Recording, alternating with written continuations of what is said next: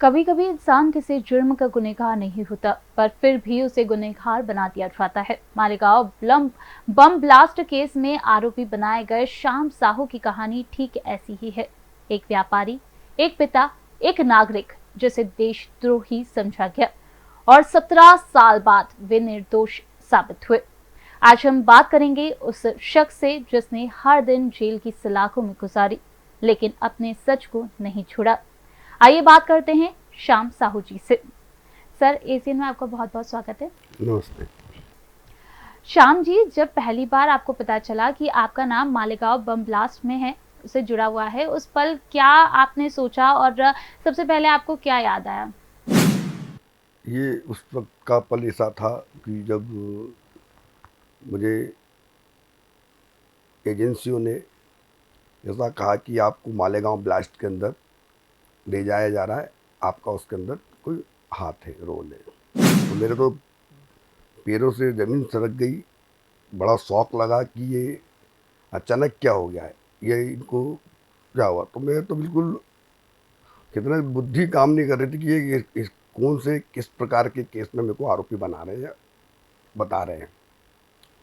पर फिर भी ये 4-5 दिन तक मंजर बना रहा, क्योंकि 4-5 दिन तक मुझे उनने अपनी अनऑफिशियली कस्टडी में रखा और दबाव बनाते रहे कि आप कुछ कुछ चीज़ें जो बना के दे देते थे कि ये स्वीकार कर लो, इनका बता दो। पर जब मेरे जहन में ऐसी कोई थी नहीं, मैंने कोई ऐसा करा नहीं, तो मैं कैसे स्वीकार करूँ। ठीक है, उस बात में भी प्रताड़नाएँ देने लगे, मारना पीटना, बुरी तरह से टार्चर करना, रात रात भर सोने नहीं देना, एक छोटे से कमरे के अंदर एसी को फुल मतलब 7-8 डिग्री के टेम्परेचर पे कर देना, बिगर कपड़े के अंदर बंद करके रखना, फिर पूछना, फिर बोलना कि मेमो पे साइन कर दो। तो ये बड़ा समझ नहीं आ रहा था क्या हो रहा था, कैसे हो रहा था। इसके अलावा परिवार के ऊपर दोष देते थे कि तुमने यदि ये सब चीज़ हाँ नहीं करी तो तुम्हारी पत्नी को ड्रग के केस में बंद कर देंगे, तुम्हारा पूरा परिवार बर्बाद हो जाएगा, पूरा खानदान निपटा दिया जाएगा, क्योंकि एक बार एक केस हम तुम्हारे पत्नी पे या किसी और पे भी लगा देंगे तो तुम्हारा हो जाएगा, इसलिए आप स्वीकार कर लो और नाम बताओ, नाम लो, किसी के यू की नाम लो, हिंदू संगठन से रिलेटेड कोई बड़े हिंदुत्व आइकॉन है उनका आप नाम ले लो, तो क्या पुलिस प्रक्रिया के तहत कोई किसी एक को आरोपी बना दे और उसके बाद आरोपी नाम लेता तो उसको मेमो पे उसको भी आरोपी बना सके। ये उनका उद्देश्य था। इन सब चीज़ के पीछे उनका मूल उद्देश्य तो एक ही था कि जो हिंदू का एक पूरा साम्राज्य बढ़ते जा रहा था, हिंदुत्व का पूरे शहर में, पूरे देश में हिंदुत्व का प्रचंड बहुमत बढ़ते जा रहा था। सब लोग जागृत हो रहा था, हिंदू संगठन के कार्यभूत बढ़ रहे थे। तो जितने जो हिंदू संगठन के आइकॉन थे या जो काम कर रहे थे उनको टारगेट करके उनको फंसा दो, इसे संगीन केस में फंसा दो, आतंकवादी केस में फंसा दो, ये था। इसके पीछे इनकी 3-4 चीज़ एक साथ काम कर रही थी। पहला तो ये काम कर रहा था कि भारत के अंदर सबसे ज़्यादा एक वर्ग विशेष के लोग ही आतंकवाद कर रहे थे, बम विस्फोट में इन्वॉल्व थे। तो पूरे देश में, पूरे विश्व में एक वर्ग बदनाम हो रहा था। अब उसको भी कैसे बचाया जाए, तो क्यों ना एक हिंदू लोगों को हिंदू आतंकवाद का एक बात गढ़ दो, आतंकवाद, हिंदू सेफरान टेरर, ये नई कहानी नैरेटिव सेट कर दो। तो इससे यह होगा कि उनका बचाव हो जाएगा कि नहीं साहब, अकेला वो नहीं, हिंदू भी आतंकवादी होता है। तो हिंदू को बदनाम करने की दृष्टि से एक तो बात रही। दूसरा इनका एक और विषय था कि आगामी चुनाव थे, चुनावी साल था, 2008 के अंदर ही महाराष्ट्र के अंदर चुनाव थे, कांग्रेस की सरकार थी, एक वर्ग विशेष को खुश भी करना था, वोट बैंक की राजनीति खेलनी थी। तो इस दृष्टि से भी इनने यही कहा कि क्यों ना ये काम करा जाए। दूसरा इनका ये विकल्प था। तीसरा, जितने हमारे भारत के टॉप मोस्ट नेता कांग्रेस के, जिसमें हमारा सर्वप्रथम मध्य प्रदेश के पूर्व मिनिस्टर माननीय श्री दिग्विजय सिंह जी, ये सर्वप्रथम इनने इसको भगवा आतंकवाद का तमगा दिया। शुरुआत इन्हीं ने करी कि भगवा आतंकवादी है, ये पूरा भगवा आतंकवाद इनने करा है, ये सब टेरर क्या। इसके बाद हमारे सुशील कुमार शिंदे भी बोले, पी चिदम्बरम जी भी बोले, जो सेंट्रल गृह मंत्री थे, ने सबने हिंदुओं को बदनाम करने के लिए, हिंदुओं का संगठन को बदनाम करने के लिए, हिंदू के जो संगठन के जो कार्य क्षेत्र बढ़ रहे थे उसको शिथिल करने के लिए, कमज़ोर करने की दृष्टि से ये षड्यंत्र और ये नेरेटिव रचा। अब उसमें ये हुआ कि जिससे कि जो बच्चे लोग या हिंदुत्व के लिए या विश्व हिंदू परिषद के लिए या भाजपा के लिए काम कर रहे हैं, तो लोग इससे विमुख हो जाए, डर जाए कि यार इनका काम करने से ये लोग ऐसे ऐसे घटनाओं का हो जाता है, इतने बड़े केस में फंस जाते हैं, तो इसलिए अपन इस संगठन से दूर हो जाओ। इसी तारतम्य में इनने पहले भी, कांग्रेस ने बहुत कोशिश करी, कई बार प्रयास करे हैं कि आरएसएस पे बैन लगा दिया जाए। इसके पहले कई बार करा पर उनको असफलताएं मिली। उन सब चीज़ों के बाद भी ये करते आ रहे हैं और इनने बहुत लोगों को धीरे धीरे आरोपी बनाते गए और आज उसका परिणाम देख रहे, न्याय हमारा सब बरी हो गए। आपको 17 सितंबर को गिरफ्तार किया गया, 3 साल आप जेल में रहे। क्या कभी ऐसा लगा कि अब शायद कभी आप बाहर नहीं आ पाएंगे, या ये आरोप आपकी ज़िंदगी का सच बन जाएगा? मुझे एक्चुअली में 18 अक्टूबर 2008 को गिरफ्तार किया था। इंदौर से एज ए किडनैप करके 2-3 गाड़ियाँ थी महाराष्ट्र के, सब सिविल में थे, उन्होंने मुझे एज ए किडनैप करके उनकी गाड़ी में डाल लिया था। उस वक्त से लगा कि 2000 मतलब 23 अक्टूबर 2000 तक अनऑफिशियली मुझे गिरफ्तार करके रखा गया।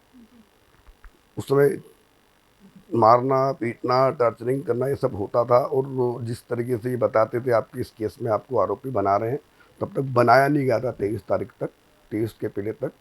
और बस यही लगता था कि शायद अब अपन घर नहीं जा पाएंगे, छूटेंगे नहीं। रात में गाड़ी में बिठाते थे, जंगल वाले एरिया में लेके चले जाएंगे बिल्कुल घोर अंधेरा में, और ये भी धमकियाँ देते थे जैसे इनकाउंटर सुना ना अब तू बचेगा नहीं। तो हमको वाकई में ऐसा लगता था कि शायद आज अब मैंने कल का सुबह नहीं देख पाऊँगा, क्योंकि इन अंधेरे जंगल अंधेरी जगह पे लेके चले गए, सुनसान एरिया में लेके चले जाते थे और छोड़ देते थे कि, और हमको ये लगता था अब हमको गोली मार देंगे, पर ठीक है वो नहीं हुआ। और तो उम्मीद नहीं लग रही थी कि शायद हम बच पाएंगे, यहाँ से निकल पाएंगे। वो तो जब 23 सितंबर को इन्हें गिरफ्तारी बता दी तब जान में जान आई। तो क्योंकि अभी तक तो अनऑफिशियली थे, ना कहीं पता था कि हम किसकी कस्टडी में है, क्यों है, घर वालों को भी नहीं पता लग रहा था। उसी बीच में हमारे वकील साहब दीपक रावल जी इंदौर से, मेरे मित्र भी, मेरे पारिवारिक मित्र भी और वकील भी है, वो अपने 2 वकीलों को साथ में मुंबई पहुँचे थे। पता लगा कि इनको उठा ले गए, तो काला चौकी जो एटीएस की काला चौकी होती है वहाँ पर लेके वो आए मिलने, हमें वहाँ रखा गया था। इसके पहले नागपाड़ा हेड ऑफिस में रखा गया था, तब मुझे नहीं मिलवाया गया वकील से। वकील साहब को ये बोला कि आप मिल नहीं सकते हो, हम बात कराते हैं। मेरे पास आके बोलते हैं कि आपका कोई दीपक रावल वकील आए। मैंने कहा हाँ मेरे वकील साहब हैं। तो वकील साहब से आप ये बोलो कि आप चले जाए, कोई कार्रवाई ना करे, कहीं कोर्ट वोट में केस ना लगाए, नहीं तो तुम्हें जीवन भर सड़ा देंगे। तो मैंने मजबूरी में वकील साहब को फ़ोन पर ही, उन्हें मेरा फ़ोन चालू करके दिया, बोला वकील साहब को बोलो कि आप अपने घर इंदौर चले जाओ, 1-2 दिन बाद मुझे ये छोड़ देंगे। तो ये शब्द मैंने वकील साहब को कहे कि वकील साहब मैं ठीक हूँ, मुझे मजबूरी में झूठ बोलना पड़ता था, मैं ठीक हूँ, आप चले जाइए, ये मुझे छोड़ देंगे। तो अब उसी में एक छोटी सी ऐसी घटना घटित हुई थी कि वकील साहब का एक स्वभाव था, जब अपन किसी से भी पहली बार बात करते तो नमस्ते करते हैं, जय कोई राम राम बोलता है, तो वकील साहब वंदे मातरम बोलते थे। तो उनने मुझे फ़ोन जब पहली बार जब मैंने लगाया कि बोला, इनने मेरा फ़ोन चालू करके दिया, एटीएस अधिकारियों ने बोला कि लो वकील साहब से बात करो। तो उनने उधर से वंदे मातरम बोला, मैंने भी वंदे मातरम बोल दिया। बस वो बात, उसके बाद मेरी जो भी चर्चा हुई, वकील साहब को मैंने मना करा आप चले जाइए। उसके बाद फ़ोन बंद करके मेरी पिटाई चालू कर दी कि वंदे मातरम क्या होता है, वंदे मातरम बताओ। उनने वंदे मातरम क्या बोला, तुम वंदे मातरम मतलब तुम कोई संगीन और बहुत बड़े संगठन, मतलब कोई आतंकवादी गति में लिप्त है। तो मैंने कहा वंदे मातरम तो देश के लिए बोलते हैं। तो उसके कारण भी मेरी पिटाई हुई। तो वो जब उसके एक दिन बाद जब हमें पुलिस कस्टडी गिरफ्तारी करके जेल में हमें मजिस्ट्रेट के सामने पेश कर दिया गया, तब हमें जान में जान इसलिए आ गई कि अब हमारे साथ मारपीट या ऐसा कोई घटना घटित नहीं हो सकती कि हमारे को जान से मार डाले। आपके परिवार, खासकर पत्नी और बच्चों ने उस दौर में किस तरह का दर्द झेला? आज भी वो पल याद करके उनको डर महसूस होता होगा? हाँ, बिल्कुल सत्य बात है ये। मेरी पत्नी, मेरे 3 बेटे हैं, तो उसमें सबसे छोटा बेटा तो मेरा 1.5 साल का था। मेरी पत्नी हाउसवाइफ थी, 2 बट्टे, वो भी एक 12 साल का था, एक 8 साल का था। सब बड़े छोटे थे और उनको भी समझ नहीं आ रहा था कि ये क्या हो गया है, और बहुत दहशत में रहते थे। पहली बार तो उनको जेल पे मुलाकात भी नहीं लेने दी। जब हमें जेल कस्टडी हो गई, जेल कस्टडी के बाद हमें मुलाकात तक पत्नी लेने नहीं दी। 1 तारीख तो इसे भगा दिया उनको, क्योंकि उनकी इतना आतंक, इतना दहशत थी कि वहाँ पर जेल के बाहर ही उन्हें कैंप लगा के बैठ गए थे एटीएस वाले, जबकि कहीं ऐसा होता नहीं है कि जेल के बाहर एक एटीएस या कोई बैठ जाए। तो जेल वालों को सख्त निर्देश था कि इनसे जो भी मुलाकात करने आता है पहले हमें बताएंगे। तो मेरे भाई को और मेरी पत्नी को तो एक बार उन्होंने रिफ्यूज़ कर दिया, मुलाकात नहीं लेने दी। फिर नेक्स्ट बार में बड़ी मुश्किल से मशक्क़त से उनको मुलाकात हुई। वो भी बेचारी बहुत दहशत में थी, उसको भी समझ में नहीं आ रहा था कि मेरे जीवन में एक ऐसा अंधियारा आ गया है। सबको ये नहीं लग रहा था कि इतने बड़े आतंकवादी केस के अंदर, क्योंकि आतंकवादी केस होना ही अपने आप में बहुत बड़ा वो टेरर था, तो बहुत दहशत में वो भी जी। इसी दरमियान मेरे जीवन में इस घटनाक्रम में जो मैं आर्थिक रूप से टूटा, पारिवारिक रूप से टूटा, समाज में इमेज खराब हुई, ये तो ठीक है, धीरे धीरे भर जाएगी, कवर हो जाएगी कुछ सालों में। पर एक घाव ऐसा और दिया मुझे इस सरकार ने, महाराष्ट्र सरकार के द्वारा, जो कभी ज़िंदगी में भर नहीं सकता, ये मेरी भरपाई नहीं कर सकते। मेरे घर में मुझसे एक बड़ा ब्रदर और है जो मेरे इस प्रकरण को या केस को देखने के लिए कोर्ट में आना जाना करता था मदद के लिए। तो हमारी हालत इस केस का, इतना संगीन केस को देखते हुए, वो जब कोर्ट में आता था और जिस तरीके से हमें लाया जाता था वो बड़ा देख नहीं पाता था, बड़ा उसको पीड़ा होती थी। और कहीं ना कहीं वो, हम तो जेल में रहते थे, जेल से लाते थे, पर एटीएस के अधिकारी उनको भी इतना टार्चर करते थे, तकलीफ़ देते थे। अब वो कितनी तकलीफ़ देते थे बता तो पूरी पाते नहीं थे, क्योंकि ज़्यादा बात हो नहीं पाती थी। पर उनका इतना ज़रूर कहते थे जब एक आध मुलाकात पे कि यार ये बहुत परेशान करते हैं एटीएस वाले, धमकी भी देते हैं कि तुमको भी फंसा देंगे, उनको भी कर देंगे। ठीक है, तो वो उस दहशत में से 2 या 3 तारीख पे आया होगा मुंबई, जब हम पे मकोका लगा दिया गया। मकोका लगा के हमको अत्थर रोड पहुँचा दिया गया। तो हमको अप्रैल के आसपास में जब वो 2 या 3 पेशी पे मुंबई कोर्ट में मेरे से तारीख वाले दिन मिलने आए, तो ज़्यादा देर देख नहीं पाए, बड़े अस्त व्यस्त वो दिख रहे थे बीमार से। उनको वहीं पर शॉक लगा और अटैक आ गया। अटैक आने से उनकी वहाँ मृत्यु हुई। मेरी ये बदकिस्मती थी कि मैं मेरे भाई को हाथ नहीं लगा पा रहा था। मेरे को एटीएस वालों उसके साथ ना तो उसकी हेल्प करने दे पा रहे थे, ना कुछ, क्योंकि मैं कस्टडी में था इनके, और ना मेरे को अस्पताल उसके साथ जाने दिया। और अन्य लोग उसको अस्पताल लेके गए मेरे बड़े भाई को, और उनके वहाँ जाके आधे घंटे बाद हमें खबर मिलती कि उनकी तो मृत्यु हो गई है।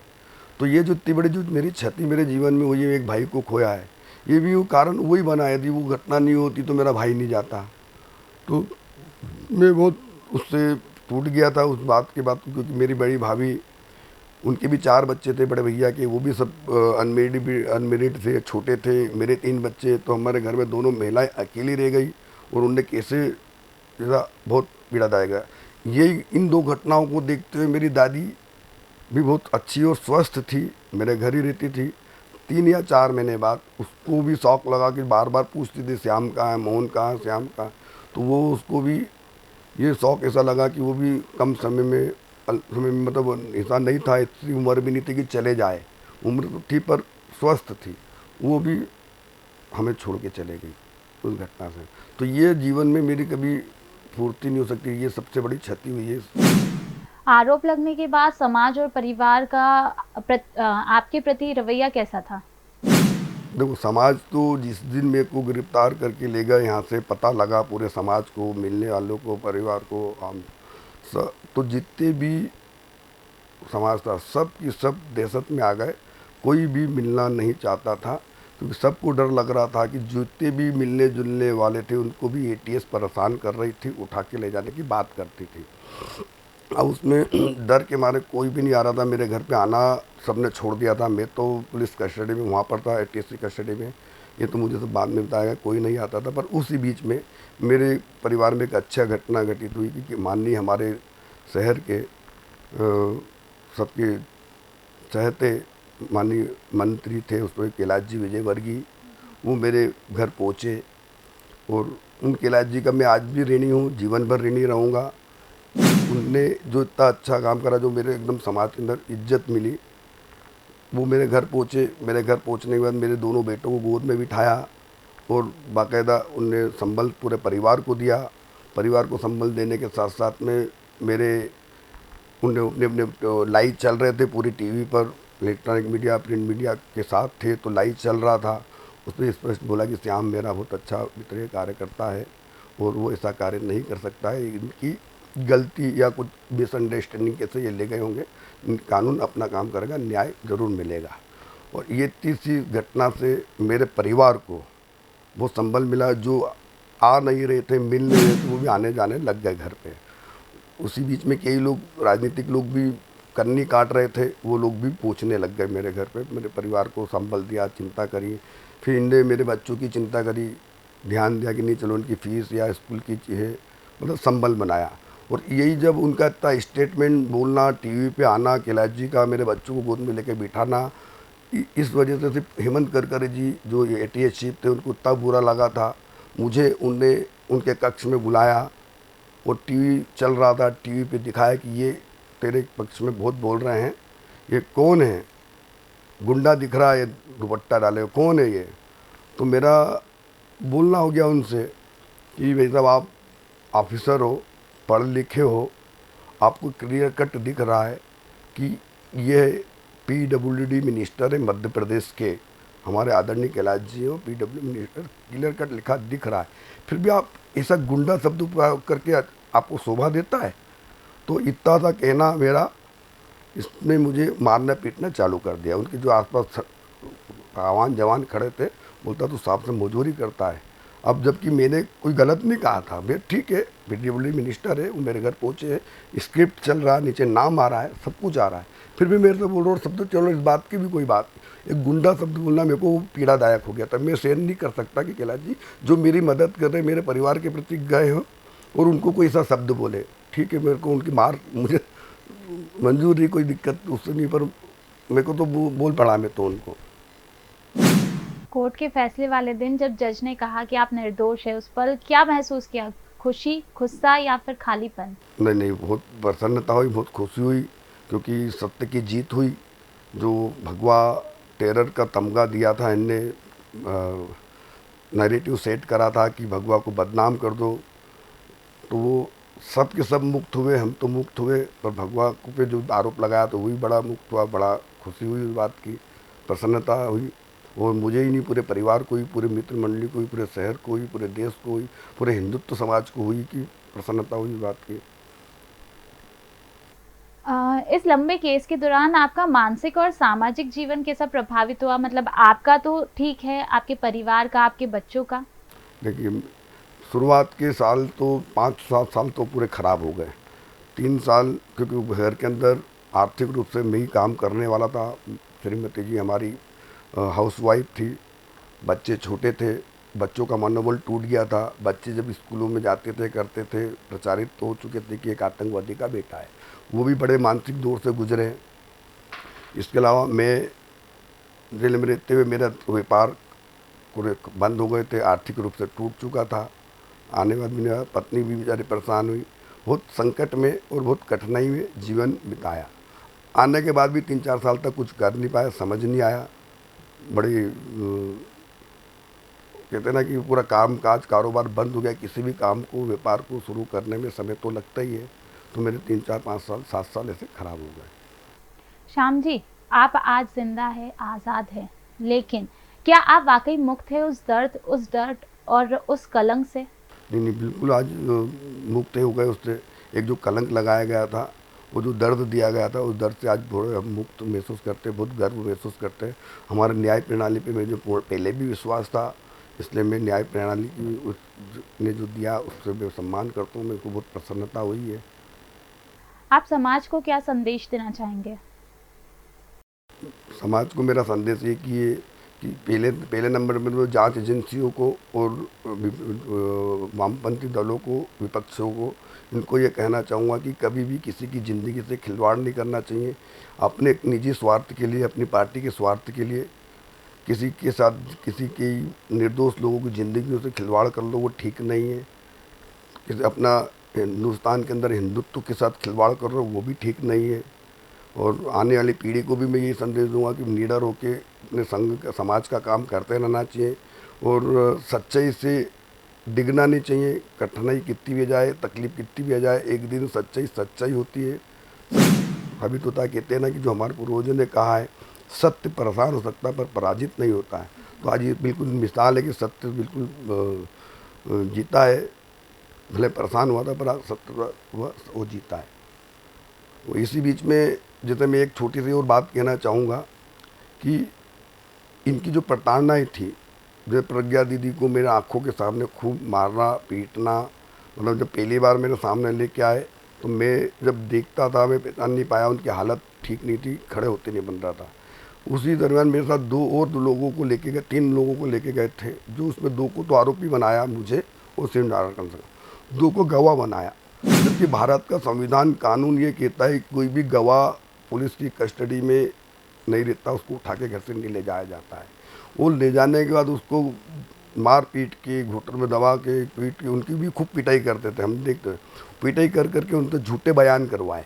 झूठे बयान करवाने के आधार पर फिर प्रज्ञा दीदी की, मेरी और शिवनारायण की 23 तारीख को गिरफ्तारी बता के पेश किया गया। तो उन गवाहों को मारने पीटने के बाद भी 10 दिन तक और नहीं छोड़ा। वो गवाह इंदौर में आकर फिर कोर्ट में केस लगाते कि हमको ज़बरदस्ती मारा गया। ये घटना, दूसरी एक और घटना है दिलीप पाटीदार की। दिलीप पाटीदार को करीबन 10 दिन बाद फिर उठा लिया जाता है। दिलीप पाटीदार को भी इनकी चार्जशीट बताती कि वो 161 का गवाह है, मतलब गवाह बनाया गया गवाह, और आज तक घर नहीं आया। जब ये लेके गए थे, लेके जाने के बाद से आज तक उस गवाह आया नहीं। तो जो मैं सामने जो मंजर होता था इनके पिटाई का, टार्चरिंग करने का, बहुत खतरनाक टार्चरिंग होती थी। उल्टे लेटा के पट्टों से मारना, तलवों पे जो चक्की के पट्टे होते हैं उस पट्टे पे एक हत्था लगा होता तो सबसे मारना, हाथों के तलवे मारना, लेटा देना, जांघों पर लट कर उसका पर्दाफाश करना चाहिए कि ये दिलीप पाटीदार कहाँ है, क्या हुआ उसके साथ। धन्यवाद श्याम जी, आपकी पूरी स्टोरी हमसे साझा की। इंसाफ मिला लेकिन देर से, सम्मान लौटा लेकिन घाव अभी भी ताज़ा है। श्याम साहू की कहानी एक सबक है कि हमारे देश की न्याय प्रणाली जितनी ज़रूरी है उतनी ही उसे संवेदनशील भी होना चाहिए। हम सबको याद रखना चाहिए, हर वो शख्स जिस पर आरोप लगे हैं वो दोषी नहीं होता और हर निर्दोष को समय पर इंसाफ मिलना चाहिए। आपका बहुत बहुत धन्यवाद। ऐसे ही बने रहिए एशियन भारत के साथ।